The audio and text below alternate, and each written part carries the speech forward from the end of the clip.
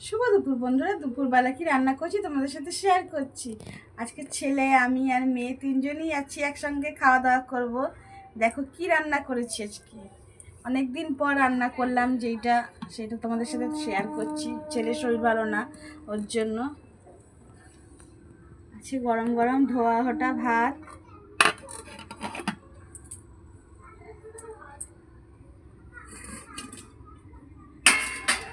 আছে দুধ দিয়ে শুক্তো করেছি, দেখো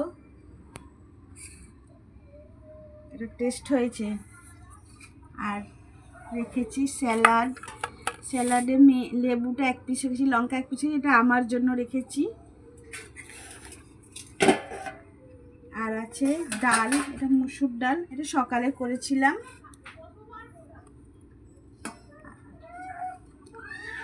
আর এই দেখো করেছি চিকেনটা বেশি মশলা ফসলা দিয়ে করিনি, পাতলা পাতলা করেছি। ছেলে খাবে, তার জন্য শরীর ভালো না তো, তাই বেশি ঝাল মশলা খেতে পারছে না, এর জন্য।